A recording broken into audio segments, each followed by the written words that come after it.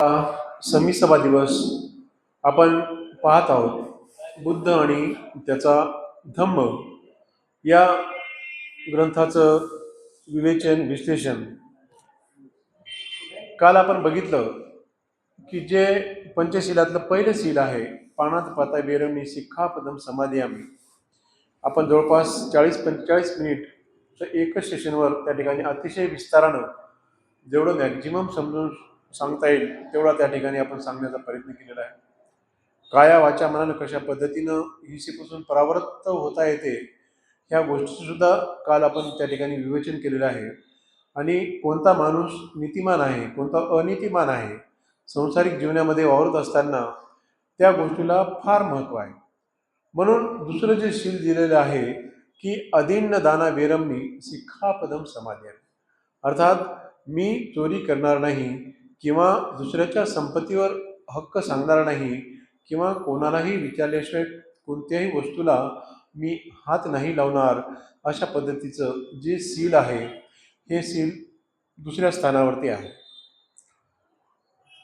जेव्हा माणसाला ची नीती ठरवण्यासाठी जेव्हा सिद्धार्थ तथागत गौतम बुद्धांनी आपल्या शासनाचा पाया रचला, तेव्हा जे काही फंडामेंटल दुःख होते किंवा ज्या दुःखाच्या यातना होत्या किंवा ज्या गोष्टीमुळं वाद, ग्रहकलह, गुन्हेगारी प्रवृत्ती, ह्या हिंसक प्रवृत्त्या जे वाढत होत्या, त्याचं सुद्धा एक महत्त्वाचं कारण म्हणजे एक चोरीचं कारण.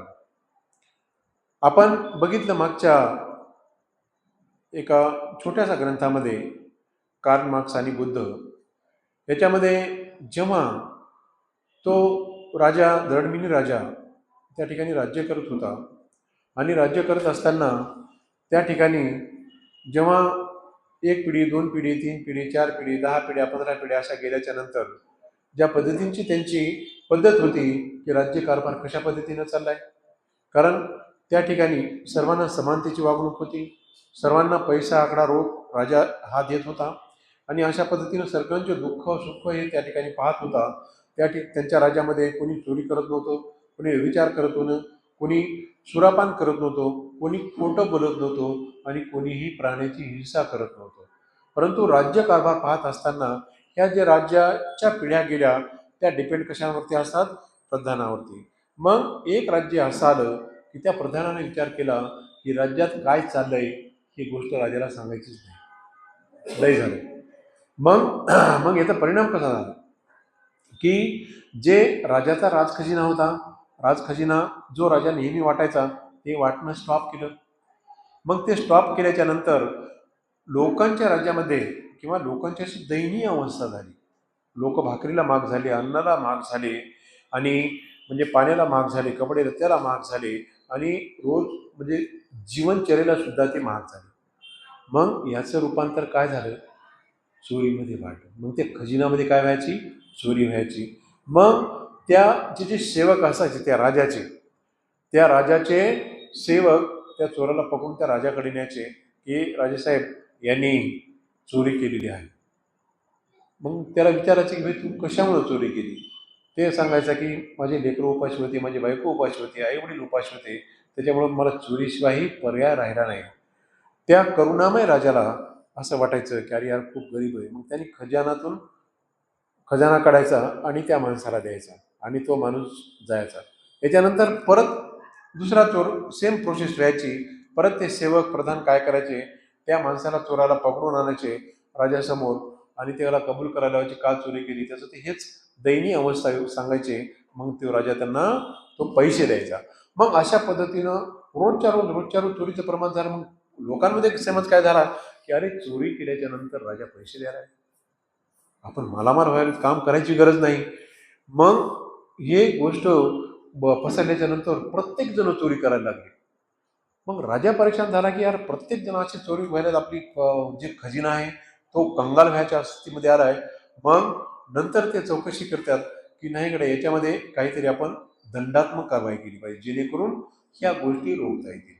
मग काय झालं त्याचा परिणाम की जेव्हा चोरी होत होती राजाकडे आणले की त्याला मग देहदंडाची किंवा काहीतरी अशी मोठी पनिशमेंट करायची जेणेकरून लोक त्याच्याकडून काहीतरी प्रेरणा घ्यावं. मग ते चोरीचं प्रमाण थोडंसं स्टॉप झालं. मग चोरीचं प्रमाण स्टॉप झाल्याच्या नंतर जे होतं की चोरी झाल्याच्या नंतर राजासमोर येऊन ते वधून घ्यायचे, होते तू चोरी केलीस का? ते म्हणायचं हो मी चोरी केली. मग त्या पद्धतीने ते त्यांना तो रसद पुरवठा करायचा किंवा पैसे द्यायचा. मग जेव्हा ही अफवा पकडली गेली, इकडे आपण चोरी केल्याच्या नंतर तिथं जर होकार भरला तर राजा आपल्याला देहदंड करायला आहे, आपल्याला शिक्षा द्यायला आहे. मग काय करायचं? मग खोटं बोलायचं. मग चोऱ्या तर करायच्या, चोऱ्याचं प्रमाण तर वाढलं. पण जेव्हा ते प्रधान त्यांच्याकडे घेऊन यायचे, तू चोरी केलीस का? ते सांगायचे की नाही मी चोरी नाही केली. मग त्याला ते सोडून द्यायचे. आणि अशा पद्धतीनं जे खोटं म्हणजे सगळंच मग याच्या पद्धतीनंच मग सुरा वाढले, मग व्यभिचार वाढले, चोऱ्याचं प्रमाण वाढलं. आणि अशा पद्धतीने ते राज्य नडलं. जे चक्र होतं चांगलं धम्माचं, ते चक्र बुडला गेलं आणि म्हणजे हुकुमशाहीचं राज्य किंवा मग त्या व्यभिचाराचं राज्य त्या ठिकाणी प्रस्थापित झालं. म्हणजे स्टार्टिंग जी आहे चोरीची, जी गरजेपुरती निर्माण झालेली किंवा आळस्या प्रति निर्माण झालेली ही जी भूक होती, म्हणजे त्याचं मॉडिफिकेशन या पद्धतीनं झालं. नंतर जेव्हा त्या राजानं ह्या गोष्टी म्हणजे पंचशिलाच्या पद्धतीनं वावरायला सुरुवात केली, तेव्हा परत ते दिव्य चक्र त्या ठिकाणी स्थापित झालं आणि पंचशिलाच्या मार्गावर म्हणजे सदाचाराच्या मार्गावर ते राज्य हे स्थापन झालं. आता चोरीची एक समस्या कॉमन जर बघितली तर व्यक्तिपुरता हा न्याययोग्य आहे. चोरी करणं हे तर म्हणजे महापाप आहेच, परंतु हा व्यक्तिपुरता नाही असला तरी तो समाजाला आणि शत्रू राष्ट्रालाही लागू होतो. म्हणून डॉक्टर बाबासाहेब आंबेडकरांनी सदाचरणात परिपूर्णता कशी साधता येईल या प्रश्नाचे उत्तर शोधले. उपासकांनी स्वतः चोरी करू नये, दुसऱ्याला चोरी करण्याची परवानगी देऊ नये अथवा चोरीची संमतीही दर्शवू नये. जे स्वच्छेने दिले जायचे तेवढे घ्यावे. हा बाबासाहेबांचा संदेश लक्षात घेऊन प्रतिज्ञा करावी की मी चोरी करणार नाही. पंचशिलाचे हे तत्व कोणता माणूस नीतिमान आहे आणि कोणता माणूस नीतिमान नाही हे ठरविण्याचं एक म्हणजे परीक्षा आहे किंवा हे एक पॅरामीटर आहे. कारण आपल्या सदाचारात परिपूर्णता आणण्यासाठी या गोष्टी करणं आता आवश्यक होतं. परंतु ह्या घटना आताच होत्या का? ह्या तथागत गौतम बुद्ध जेव्हा भिक्षाटना जात होते तेव्हा त्यांच्या सुद्धा काळामध्ये त्या घटना घडायच्या. चोऱ्या व्हायच्या, भयानक चोऱ्या व्हायच्या. त्याच्यातल्या जर चोऱ्याचा विचार जर केला तर त्या भिक्षूमध्ये सुद्धा म्हणजे त्या चोर प्रवृत्त्या वाढल्या होत्या. एकदा एका राज्यामध्ये जेव्हा दुष्काळ पडला होता, भयानक दुष्काळ पडला होता, म्हणजे लोक अन्नानं दशात होत होते. परंतु भिक्षाटनासाठी गेलेले काही काही भिक्षू काय करायचे की त्या ठिकाणी म्हणजे जायचे आणि जिकडं भोजन व्यवस्थित मिळायचं तिथं जायचे. आणि मग काही क्रश दिसायचे आणि काही ताजे लट दिसायचे. मग हे जेव्हा तथागताच्या लक्षात आलं इकडे भिक्षू ह्या पद्धतीनं वागतायत, मग त्यांनी ते पॅरामीटर केलं. त्यांनी त्या चोराच्या 5 डेफिनेशन सांगितल्या की पहिला चोर जगामध्ये सांगतात व्याख्यान देताना किंवा प्रवचन देताना त्या संघाला सांगतात की बघा ह्या जगामध्ये 5 प्रकारचे चोर हे खूप बदमाश किंवा महाचोर असतात. पहिला जो महाचोर असतो तो प्रवास करत करत लोकांना लुटत असतो. उगं खोटं बोलत बोलत लुटत असतो. आणि अशा पद्धतीनं तो जो लुटतो तो पहिला महाचोर समजावा. दुसरा जो महाचोर आहे तथागतानं उपदेशलेला धर्म तो शिकवतो व तो आपणच जाणला आहे असं सांगतो. म्हणजे आता समजा एखाद्याचा थेसिस जर घेतला, आता कोणाला लिटरेचर जर घेतलं ते चोरून लिटरेचर एखाद्यानं स्वतःच्या नावानं पब्लिश करते किंवा मीच हे धम्म सांगितलं असं सांगितलं. म्हणजे हे जे पंचशील किंवा आर्य अष्टांगिक मार्ग किंवा जे काही दुःखाचं कारण आणि निवारण सांगितलंय जसं काही मीच शोधून काढलं आहे आणि मीच तथागतापेक्षा मोठा आहे असं लोकांना ओढून सांगतो. हे दुसऱ्या पद्धतीचा महाचोर समजला पाहिजे. तिसरा महाचोर सांगितला की कुणा चांगलं कामे करत असताना त्याला जाणून बुजून त्याची बदनामी करणं किंवा त्याला भ्रष्ट करून पाहिजे. आता एखादा समजा सामाजिक कार्य करत असताना एखाद्याला जाणून बुजून त्याला बदनाम करण्याचा प्रयत्न करतात. ते असाच आहे, ते तसाच आहे. किंवा एखादं बघा आता चांगलं काम करणं खूप कठीण काम आहे. आता एखादा जयंती महोत्सव असो किंवा आपल्याचा कोणताही महोत्सव असो, जे काही टॉपचे कार्यकर्ते असतात किंवा जे काही पुढं होऊन करतात, तन्मन धनानं कार्य करतात, त्याला बाकीचे काय करतात त्याचे पाय ओढतात. आणि अशा म्हणजे नीतिमान माणसाला सुद्धा म्हणजे वाईट लोक त्यांना त्या गोष्टीला बदनाम करतात, हे चोर आहे किंवा या पद्धतीचं जाणून बुजून त्याची बदनामी करतात. हे तिसरा महाचोर समजावा. चौथा जो महाचोर सांगितला तथागत गौतम बुद्धांनी की एखाद्याला सांसारिक वस्तू ग्रस्त लोकांना देऊन तो बोलवतो. म्हणजे काही जादूटोणा किंवा काही त्यांना साडी म्हणा, चोळी म्हणा किंवा एखाद्या समजा विहाराला एखादा दान धर्म म्हणा आणि अशा पद्धतीने ज्या पद्धतीने आपण निवडणुकीमध्ये पाहतो, प्रत्येक याला काही ना काही आमिष दिल्याच्या नंतर तो उद्देश त्यांचा असतो की जेणेकरून लोकांचं परिवर्तन होऊन मलाच या लोकांनी निवडून द्यावं. अशा पद्धतीने ज्या पद्धतीनं म्हणजे सांसारिक वस्तू ग्रस्तांमध्ये वाढतात आणि त्या पद्धतीनं ते जे कार्य करतात हे चौथा महा चोर समजावा असं तथागत बुद्ध सांगतात. आणि पाचवा जो आहे तो महाचोर म्हणजे जो आपल्या अंगी नसलेला लोकोत्तर धर्म ध्यान धारणा समाधी प्रकाशित करत असतो. म्हणजे ज्याच्या अंगी मूळ धर्म नसतो, परंतु त्याला जे काही सुख दुःख लाभ हानी यश अपयश निंदा प्रशंसा ह्या जे लोकधर्म असतात, हे जे 8 लोकधर्म असतात हे आपणच इंट्रोड्यूस केलेत असा भास निर्माण करतात आणि त्या गोष्टीचे चिकित्सक बुद्धीनं ते सांगण्याचा प्रयत्न करतात. अशा पद्धतीचा हा जो कोणी असतो याला पाचवा महाचोर असं तथागत गौतम बुद्ध सांगतात. एकदा भिक्खू धनिया बिंबिसार राजाच्या सीमेवर एकदा लाकडं चोरून आणली होती.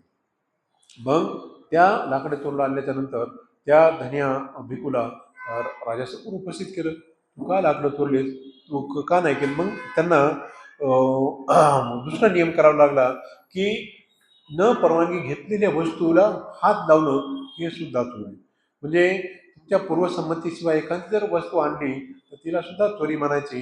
हे तेव्हापासून नंतर सिद्धार्थ गौतम बुद्धांनी त्या ठिकाणी म्हणजे संदेश जारी केला, त्या ठिकाणी तो नियम केला. आणि अशा पद्धतीचा वज्जी राष्ट्रात दुष्काळ पडल्याच्या नंतर भिक्षाटनासाठी सुद्धा गेलेले जे ताजेतवाने भिक्खू होते, षडवक्य भिक्खूचे एकदा त्यांनी म्हणजे भिक्खू संघाचं जे चिवर असतात ते गाठोडे सुद्धा चोरीला गेले होते. आणि अशा पद्धतीने मग ते भांडणं करत होते, हेच माझं चिवर, हेच माझं चिवर. मग तथागतांना सांगावं लागलं की प्रत्येक चिवरावरती एक एक तुम्ही निशाण्या करायच्या आणि न दिलेले हे वस्तू आपण स्वीकारायच्या नाही. तुम्हाला ज्या दिल्यात त्या वस्तूचा तुम्ही स्वीकार करायचा, अन्यथा त्या वस्तू त्या ठिकाणी म्हणजे हे नाही करायच्या, स्वीकारायच्या नाही.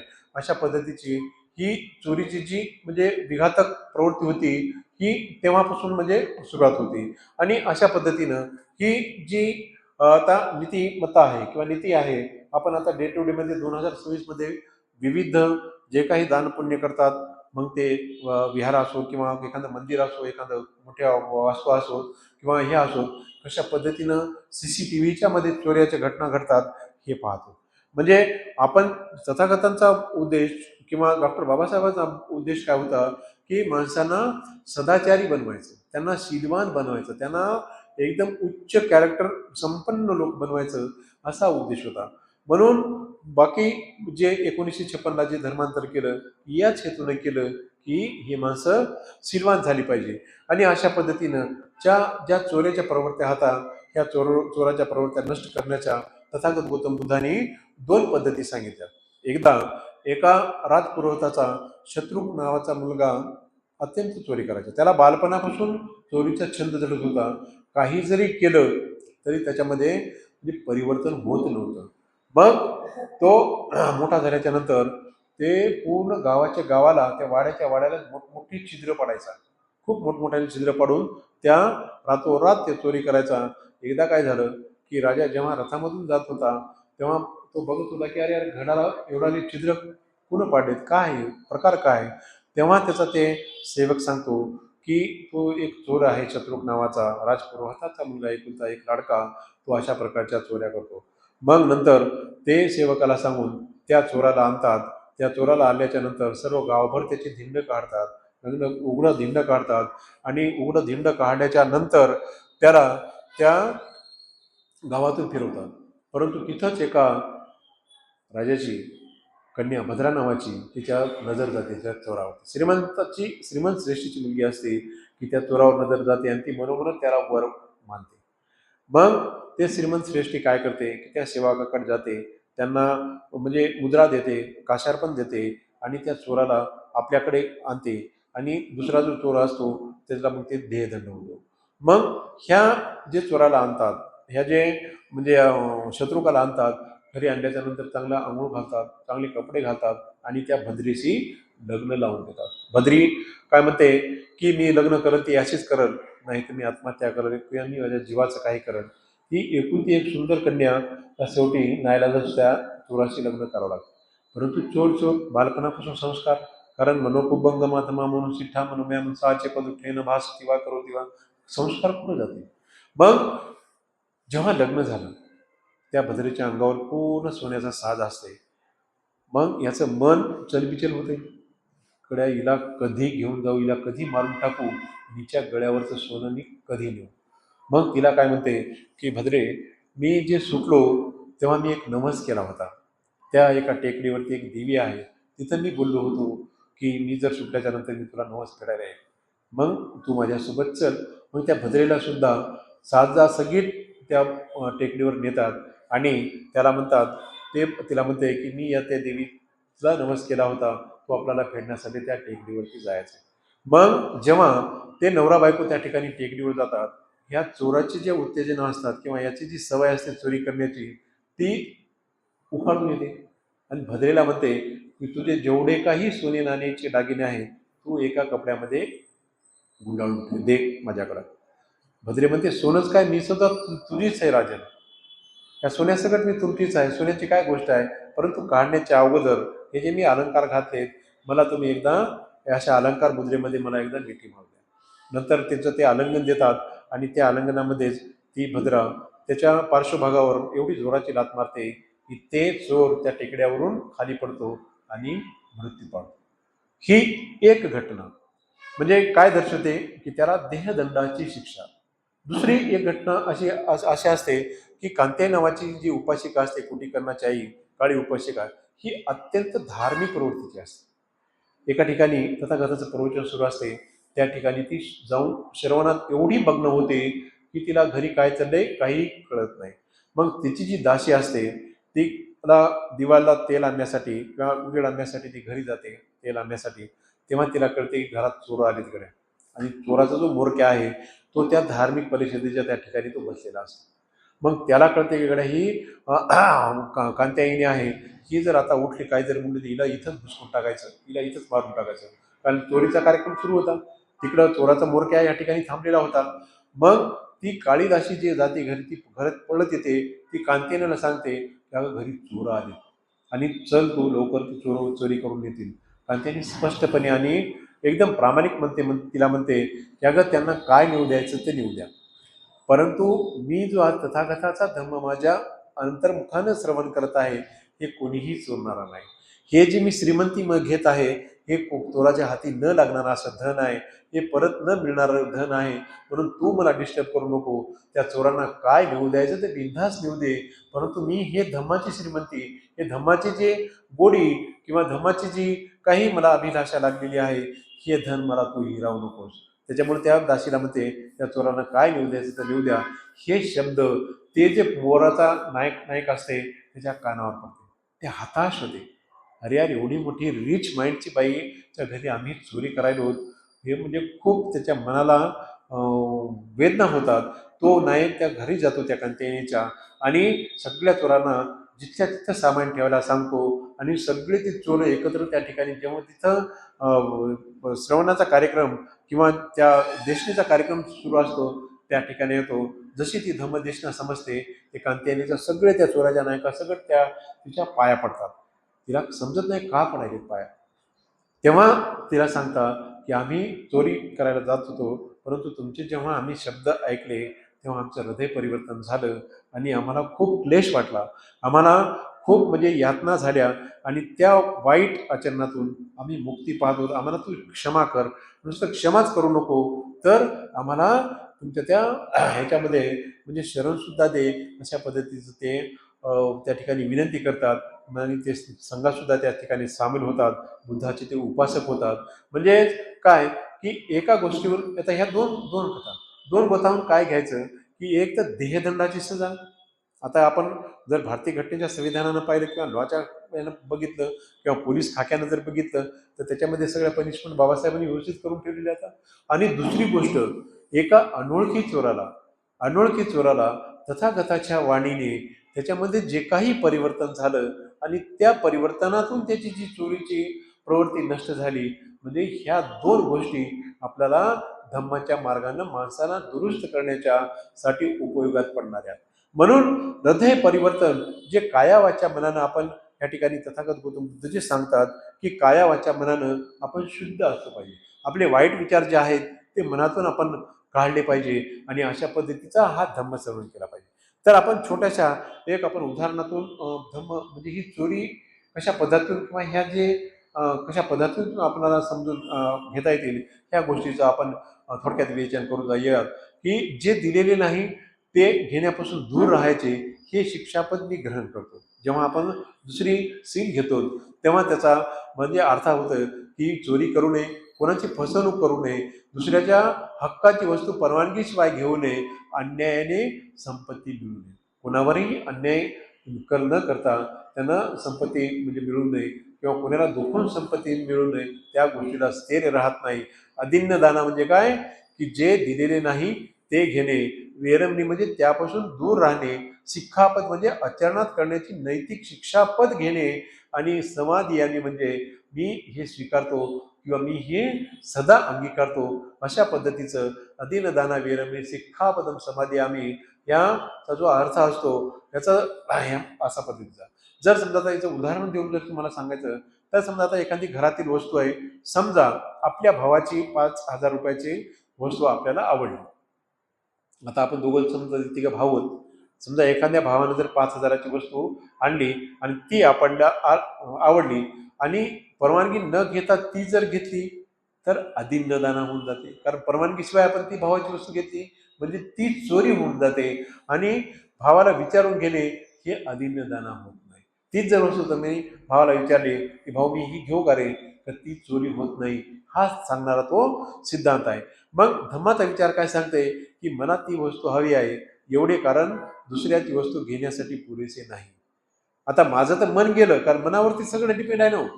माझं मन तर गेलं, मला ही वस्तू हवी आहे, परंतु नुसती हवी आहे एवढंच करणं याच्यासाठी पुरेसे नाही. म्हणून ह्या गोष्टी आपण समजून घ्याव्यात की अदिन दाना विरमणी म्हणजे कशा पद्धतीनं आपण दूर राहायचं. दुसरं उदाहरण आपण घेऊयात या ठिकाणी की समजा रस्त्यावर एखाद्या आपल्याला 2,000 सापडले. समजा चलता चलता आपल्याला 2,000 रुपये सापडले आणि मला सापडले म्हणजे माझे झाले असे समजून ते स्वतःकडे ठेवणे योग्य नाही. ते झालं अदिन्न दाना.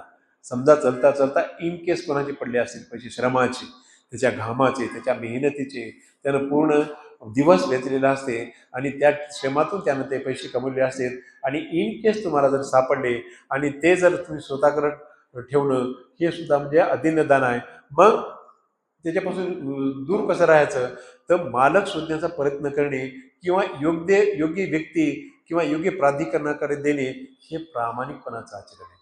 म्हणजे ते जर पैसे सापडले असतील तर हे कुणाच्या आहेत गड्या, या ठिकाणावर कोण कोण गेले, या ठिकाणी कोण कोण जवळ दुकान आहे किंवा कोणी ओळखीचं आहे का, असं म्हणून ते सांगणं किंवा योग्य जे किंवा प्राधिकरण असते किंवा त्या पोलीस चौकी असते किंवा कोणी इन्चार्ज असतो त्या गोष्टीचा, त्या पट्ट्याचा, किंवा एखादा नगरसेवक म्हणा किंवा ग्रामसेवक म्हणा, हे म्हणा की भाई कोणाच्या, कारण ही गोष्ट कुठं ना कुठं लीक होत असते की त्याच्या जे यातना होतात, माझे 2,000 हरवले, माझे 2,000 हरवले, आणि हे आयडेंटिफाय केल्याच्या नंतर जेणेकरून त्याला परत करण्यात यावे. म्हणजे ह्याच्या छोट्या छोट्या गोष्टी ह्याचा आदिनदाना विरमणी हे आपल्याला व्यावहारिक दृष्टीतून अशा पद्धतीचं असं म्हणजे समजून घ्यावं लागतील. आणि तिसरं उदाहरण घ्यायचं तर एखादा आता आपल्याला नोकरी करतो एखाद्या ऑफिसमध्ये, ऑफिशियली जर आपण केलं तर कार्यालयात कंपनीच्या वस्तू असंख्य असतात.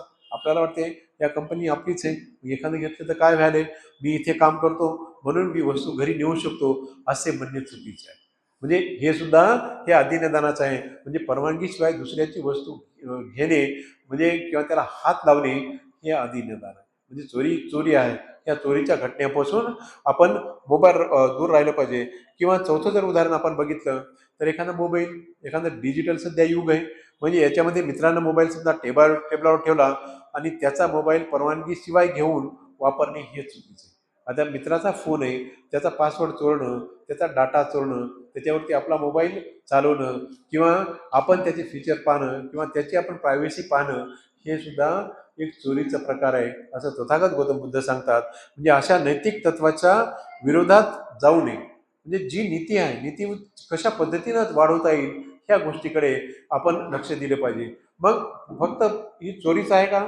तर खोटी माहिती देऊन पैसे मिळवणे, फसवणूक करणे, वजन मापात एखाद्या दुकानदाराचा जर व्यवसाय जर असला तर गिरायकाला पाहून पाहून एखादं तराजूत कमी करतो किंवा खालून लवचिंबक लावतो, ही सुद्धा एक चोरी आहे. खोटी माहिती देऊन सुद्धा एखाद्याकडून पैसे मिळवतात, तुला असं करून देतो तसं करून देतो, थापा मारतो, म्हणजे हे सुद्धा एक चोरीचा प्रकार आहे. कामगाराचा किती काम करून घ्यायचं आणि त्याला त्या कामगाराचा योग्य मोबदला नाही द्यायचा, ही सुद्धा एक चोरीच आहे. आणि भ्रष्ट मार्गाने संपत्ती मिळवणे ही सुद्धा एक चोरी आहे. जे दिलेले नाही ते घेणे या तत्वाशी संबंधित आहे. याच्यात उदाहरणच पाहायचं झालं तर समजा दुकानदाराने चुकून आपल्याला 100 ऐवजी 500 नोट दिली. आता आपण दुकानावर गेलो समजा, तर चुकून त्याला आपले 100 त्याला परत करायचे होते, पण त्यांनी जर आपल्याला 500 दिले तर आपण हे लक्षात घेतले पाहिजे की दुकानदाराला कळणार नाही म्हणून 400 स्वतःकडे ठेवणे हे अदिन्न दान आहे. गेल्या त्यानं तर आपल्याला 400 आपलंच प्रॉफिट झालं, ही जी आपल्या मनात भावना येते, कडे आपला 400 फायदा झाला, ही अदिन्न दान आहे, ही चोरी आहे. कारण ते नजर चुकीनं त्याच्या हातातून गेलेलं आहे. मग तुम्हाला त्याच्या विरोधात जर करायचं असेल तर काय करावं लागेल? तुम्ही मला 400 जास्त दिले आहेत असे सांगून पैसे त्यांना परत देणे, म्हणजे याच्यातून या प्रायश्चित करणं किंवा चित्ताला शुद्ध बनणं, मनाला शुद्ध बनणं, हे एक या उदाहरणावरून आपल्याला शिकता येईल. इथे शीलाची खरी परीक्षा होते. कारण कोणी पाहत नाही आहे म्हणून प्रामाणिक राहणे नव्हे, कोणी पाहत नसतानाही योग्य ते करणे म्हणजे शील आहे. नुसतं सीसीटीव्हीला दिसलं गड्या म्हणून टुकून नेऊन ठेवणं असं नाही. एखाद्याचं माघाऱ्यात जरी आपल्याकडे काही एखादी वस्तू चुकीने आली असेल तर खरी परीक्षा तिथं असते की त्यांच्या त्या वस्तू देणं किंवा त्यांच्या गोष्टीला त्या हात न लावणं. अर्थात दुसऱ्याची वस्तू, संपत्ती, हक्क किंवा श्रम अन्यायाने घेऊ नका. जे आपले नाही ते घेण्याऐवजी प्रामाणिकपणा, संतोष आणि न्यायाने म्हणजे जीवन जगण्याचा प्रयत्न जर केला तर खऱ्या अर्थानं आपल्याला त्या बुद्धाच्या धर्माचा आपल्याला म्हणजे सारांश कळेल किंवा खरं जीवन काय आहे ते कळेल. पंचशीलातली ही पहिली प्रतिक्रिया म्हणजे हिंसा तर थांबवते, पण दुसरी प्रतिज्ञा चोरी आणि अन्यायापासून दूर ठेवते. मग तथागत गौतम बुद्धाचा सिद्धांत आहे की काया वाचा मनावरती तुम्ही नियंत्रित ठेवा. तुम्ही ते काया वाचा मनावरती तुम्ही ताबा ठेवा. मग कायाच्या उदाहरणातून आपण बघूयात की चोरीचा सिद्धांत बुद्ध धर्माशी कशा पद्धतीने निगडीत आहे. तर काया म्हणजे शरीराने चोरी करू नये. काया म्हणजे हात झालं, पाय झालं याने चोरू नये, कोणाला पाकिट मारू नये किंवा कोणाचा मोबाईल हिसकावू नये किंवा कोणाच्या एखादी वस्तू घेऊ नये. त्याचं उदाहरण जर द्यायचं झालं तर दुकानात एखादी वस्तू आवडली पण त्याला पैसे न देता ती डायरेक्ट खिशात घातली. समजा एखाद्या मॉलमध्ये गेलो, एखादी गोष्ट आवडली की डायरेक्ट घ्यायची आणि खिशात टाकायची, म्हणायचं नाही काही नाही. हे काय झालं? कायिक चोरीचं उदाहरण झालं. म्हणजे आपल्या कायानं चोरी झाली, म्हणजे पैसे देऊन किंवा मालकाची परवानगी घेऊन वस्तू घेणे हे योग्य आहे. तुम्हाला उगा आवडली म्हणून स्वतः आपली बारीक दिसली म्हणून खिशात घालणं हे आदिनादाना होय. अशा पद्धतीनं दुसरं उदाहरण घ्यायचं झालं तर रस्त्यावर ₹1000 सापडले, मालकाचा शोध घेण्याऐवजी ते स्वतःकडे ठेवले. आपण चलता चलता जर सापडले चटकन घ्यायचे, खिशात टाकायचे, जाय तिकडे कोणाचे कासना ते आपलेच गृहीत धरणे, ही सुद्धा एक चोरीचा प्रकार आहे. वाचेचं उदाहरण जर आपण बघितलं, बोलून चोरी करू नये. खोटे बोलणे, खोटे बोलून कोणाला लुबाडणं, अरे तुला असं करतो, हे मिळून देतो, ते मिळून देतो, म्हणजे ही सुद्धा एक चोरीचा प्रकार आहे. कोणाची फसवणूक करणं, फसवून एखाद्याला कोण म्हणजे हे करणं, चुकीची माहिती देऊन दुसऱ्याची वस्तू घेणे किंवा पैसे घेणे, हे वाणीच्या माध्यमातून होणारे अन्यायकारक आचरण आहे. कारण त्याला आपण शब्दाचा उपयोग करतो. त्याला लुबाडणं, त्याला फसवणं, त्याला बेकूफ बनवणं, त्याला येडं बनवणं, त्याला लुभवणं, त्याला गोड बोलून त्याला फसाद करणं आणि आर्थिक त्याची लूटमार करणं, अशा पद्धतीचं हे वाणीचं दुष्कर्म आहे. म्हणजे उदाहरणातूनच जर तुम्हाला समजून सांगायचं झालं तर एखाद्याला वस्तूची खरी किंमत समजा ₹1000 हे माहीत असूनही आपण खोटे सांगितले की ही वस्तू ₹2000ची. जसं समजा आपण आणलं एखाद्यातून आणि आपल्याला माहिती आहे त्या खरी काय आहे, पण ती गोष्ट सांगायची की बाई ही 2000ची, म्हणजे ₹1000 जास्तीची त्याला खोटं बोलून घेणे, म्हणजे हे सुद्धा एक चोरीचाच प्रकार आहे. म्हणजे हे कोणाचं दुष्कर्म झालं आहे 1000ची, पण शब्द कुठून निघाले? वाणीतून निघाले. म्हणजे कायाचं एक उदाहरण झालं, वाचेचं एक उदाहरण झालं आणि त्यांच्याकडून अशा पद्धतीचे जास्त पैसे घेणे हे केवळ खोटे बोलणे नाही, तर खोट्या वाणीचा उपयोग करून दुसऱ्याचे नुकसान करणे. म्हणून तथागत गौतम बुद्ध सांगतात की आपल्या कायावाच्या मनाने आपण म्हणजे सदृढ झालं पाहिजे, सक्षम झालं पाहिजे, पवित्र झालं पाहिजे. तिसरं उदाहरण आपण पाहिजे, मनानं कशा पद्धतीच्या चोऱ्या होतात. मानसिक पातळीवर चोरी करू नये, ही गोष्ट अधिक सूक्ष्म असते बघा. कायची तरी समजा ओळख होईल, वाचेची ओळख होईल, परंतु हे मानसिकचा जो कारभार असतो हा लय डेंजर असते. मनात सतत असा विचार करणे की ही वस्तू दुसऱ्याची आहे, पण मला ती मिळाली पाहिजे, संधी मिळाली तर मी ती नक्कीच घेईन, ह्या चोरीचा शुद्ध हेतू असतो. एखाद्या गोष्टीवर आपलं चित्त गेल्यावर नाही अरे हे मला पाहिजेच, तर मन काय करते, आपलं अकुशल विचार हे मनामध्ये आपले सतत पेरत असतात. त्याचं विष हे सतत आपल्या शरीरामध्ये धावत असते. आणि एखादं उदाहरण देऊन तुम्हाला समजून सांगायचं झालं तर आपल्या सहकार्याने मेहनत करून एखादी कल्पना मांडली, ती कल्पना आपण स्वतःचीच असल्याचे सांगून श्रेय मिळवण्याचा विचार केला. इथे वस्तूची चोरी नाही, पण दुसऱ्याच्या श्रमाचे श्रेय बळकवण्याची मानसिक प्रवृत्ती म्हणजे त्या पद्धतीची. आणि आपण बघतो एखादं समजा पुस्तक लिहिलं किंवा एखाद्यानं गाणं लिहिले किंवा एखाद्यानं कविता लिहिली, तर त्यांच्यासाठी ती रजिस्टर्ड नोटरी टाईप असते बघा. त्याच्यावर जो त्याचा अधिकार असतो तो असतो. पण काही काही काय करतात की एखाद्यानं चांगलं जर एखादं काव्य असतं किंवा काय एखादं जर कोणाचं भाषण असतं, ते स्वतःच म्हणजे मीच हे केलंय असं प्रकाशित करून जे सांगण्याचा प्रयत्न करतात, ते म्हणजे मनानं चोरी झाली. आणि अशा पद्धतीनं काया वाचा मनानं चोरीचे उदाहरण आपण बघितले. अजून एक उदाहरणानं शेवटचं मी या ठिकाणी सांगतो की समजा मित्राने टेबलवर 5,000 रुपये ठेवले. हे आता तिन्हीचं कॉम्बिनेशन करून मी सांगतो, काया वाचा मनाची कशा पद्धतीची चोरी होती. की की पैसे